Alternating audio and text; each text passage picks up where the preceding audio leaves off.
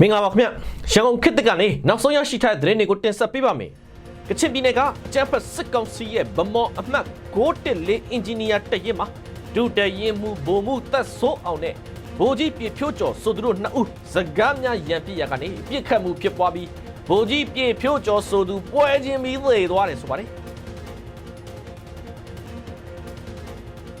စကိုင်းတိုင်းကမ်ဘလူးမြို့နယ်ကမလဲရွာစစ်ကောင်စီတပ်စခန်းကိုတိုက်ခိုက်သိမ်းပိုက်မှုအတွင်းစစ်တပ်ဘက်က6ဦးသေသွားတဲ့အပြင်လက်နက်14လက်နဲ့ခဲယမ်းတွေပါသိမ်းဆည်းရရှိထားတယ်ဆိုတဲ့သတင်းပါဝင်နောက်ဆုံးရရှိထားတဲ့သတင်းတွေကိုတင်ဆက်ပေးပါမယ်အခုပထမဆုံးတင်ဆက်ပေးခြင်းတဲ့သတင်းကတော့ကချင်ပြည်နယ်ကအကြမ်းဖက်စစ်ကောင်စီရဲ့ဗမော်အမှတ်614အင်ဂျင်နီယာတရင်မှာ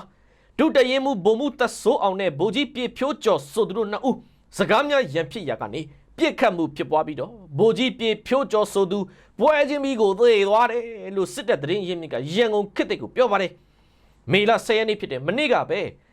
ကချင်ပြည်နယ်ဗမော်မြို့နယ်ကအကြမ်းဖက်စစ်ကောင်စီရဲ့အမှတ်614စစ်မြေပြင်အင်ဂျင်နီယာတရင်မှာဒုတရင်မှုဗိုလ်မှုသက်ဆိုးအောင်နဲ့ဗိုလ်ကြီးပြေဖြိုးကျော်ဆိုသူတို့နှစ်ဦးဟာတပ်ပိုင်းဆိုင်ရာကိစ္စနဲ့ပတ်သက်ပြီးစကားများရန်ဖြစ်ရာကနေအချင်းချင်းပြစ်ခတ်မှုဖြစ်ပြီးဗိုလ်ကြီးပြေဖြိုးကျော်ဆိုသူကနေရာမှာတင်ပွဲချင်းပြီးကိုသေသွားတယ်ဆိုပါတယ်တစ်ဖက်ကဒုတရင်မှုဗိုလ်မှုသက်ဆိုးအောင်ဆိုသူကလည်းတနက်ဒဏ်ရာ9ချက်ထိမှန်ထားပြီးဗမော်စစ်ဆေးရုံမှာအရေးပေါ်စေကူတနေရတယ်လို့အဲ့ဒီဖြစ်စဉ်နဲ့ပတ်သက်ပြီးစစ်တပ်ကခုံရုံးဖွဲ့ပြီးတော့စစ်ဆေးအရေးယူမှုတွေဆက်လုပ်သွားအောင်မှာဖြစ်တယ်လို့လည်းစစ်တပ်သတင်းရင်းမြစ်ကပြောထားပါတယ်ခင်ဗျတစ်ဖက်မှာတော့စကိုင်းတိုင်းကမ်ဘလူးမြို့နယ်ကမလဲရွာစစ်ကောင်စီတပ်စခန်းကိုတော်လန်ရေးတပ်တွေကတိုက်ခိုက်သိမ်းပိုက်မှုအတွင်းစစ်တပ်ဘက်က6ဦးသေသွားတဲ့အပြင်လက်နက်14လက်နဲ့ခဲယမ်းတွေပါသိမ်းဆည်းရရှိထားတယ်လို့ပြည်သူ့ကာကွယ်ရေးတပ်မတော်အမှတ်1စစ်ဒေသကသတင်းထုတ်ပြန်ထားပါတယ်မေလ9ရက်နေ့ကအဲဒီကမ်ဘလူးမြို့နယ်မလဲရွာစစ်ကောင်စီတပ်စခန်းကိုတော်လန်ရေးတပ်ပေါင်းစုတွေကနေတိုက်ခိုက်သိမ်းပိုက်နိုင်ခဲ့တယ်ဆိုပါတယ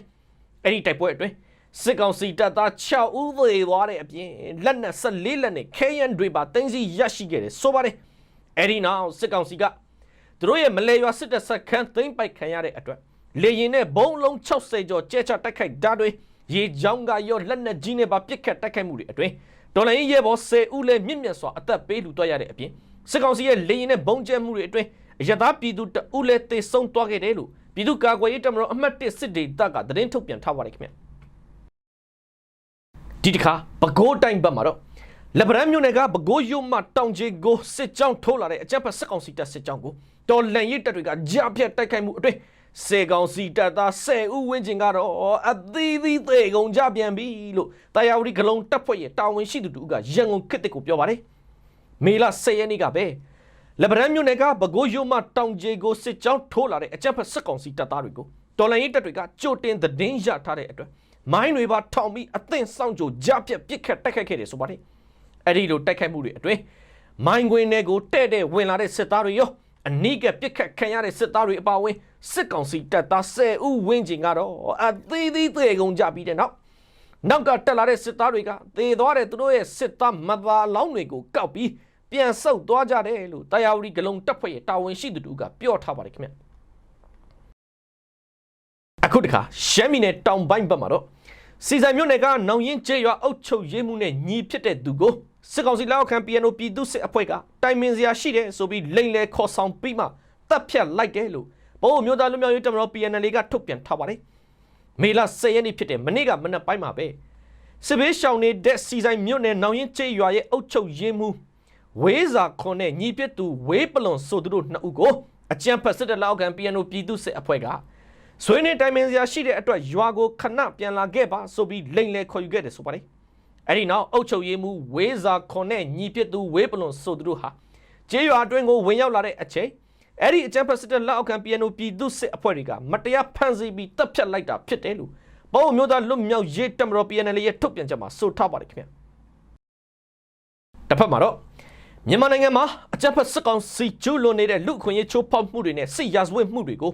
နယူးဇီလန်နိုင်ငံမှာ MG ဝန်ကြီးဦးအောင်မျိုးမင်းကရှင်းလင်းပြောဆိုခဲ့တယ်လို့သိရပါတယ်မေလ9ရက်နေ့ကနယူးဇီလန်နိုင်ငံမှာရှိတဲ့နိုင်ငံတကာလူခွင့်ရေးဆိုင်ရာ Union Aid အဖွဲ့နဲ့တွေ့ဆုံပွဲမှာအမျိုးသားညီညွတ်ရေးအစိုးရ MG လူခွင့်ရေးဆိုင်ရာဝန်ကြီးဦးအောင်မျိုးမင်းကနေမြန်မာနိုင်ငံမှာကြုံတွေ့နေရတဲ့လူခွင့်ရေးချိုးဖောက်ခံရမှုအခြေအနေတွေအကြမ်းဖက်စစ်အုပ်စုကနိုင်ငံတကာစစ်ရာဇဝတ်မှုတွေကိုကျူးလွန်နေတဲ့အခြေအနေတွေကိုဆွေးနွေးတင်ပြခဲ့တယ်ဆိုပါတယ်ဒါအပြင် လက်ရှိမျိုးသားညီညွတ်ရေးအစိုးရ NUG ရဲ့ဂျာကာလာဒေသန္တရအုပ်ချုပ်ရေးအခြေအနေတွေနယ်မြေစိုးမိုးမှုအခြေအနေတွေနဲ့အနာဂတ်ဖက်ဒရယ်ပြည်ထောင်စုအတွက်မူဝါဒပြင်ဆင်ဆောင်ရွက်ထားမှုအခြေအနေတွေအပါအဝင်မြန်မာအရေးကိစ္စရက်တွေကိုပါဆွေးနွေးတင်ပြခဲ့တယ်လို့သိရပါတယ်။အဲဒီခဏမှာနယူးဇီလန်နိုင်ငံကနိုင်ငံတကာလူခွင့်ရေးကိစ္စရက်တွေကိုအထူးပြုတဲ့ Union 8ရဲ့တာဝန်ရှိသူတွေမြန်မာအရေးနဲ့နိုင်ငံတကာအရေးကိုလှုပ်ဆောင်နေတဲ့ပညာရှင်တွေတက်ကြွလှုပ်ရှားတဲ့သူတွေတက်ရောက်ခဲ့ကြတယ်လို့လည်းသိရပါတယ်ခင်ဗျ။တစ်ဖက်မှာတော့ထိုင်းနိုင်ငံမှာမြန်မာ MOU အလုပ်သမား69ဦးကိုပို့ဆောင်တဲ့ဖြူမြစ်တာ agency ကစာချုပ်ထဲမှာပါတဲ့အလုပ်မဟုတ်ဘဲ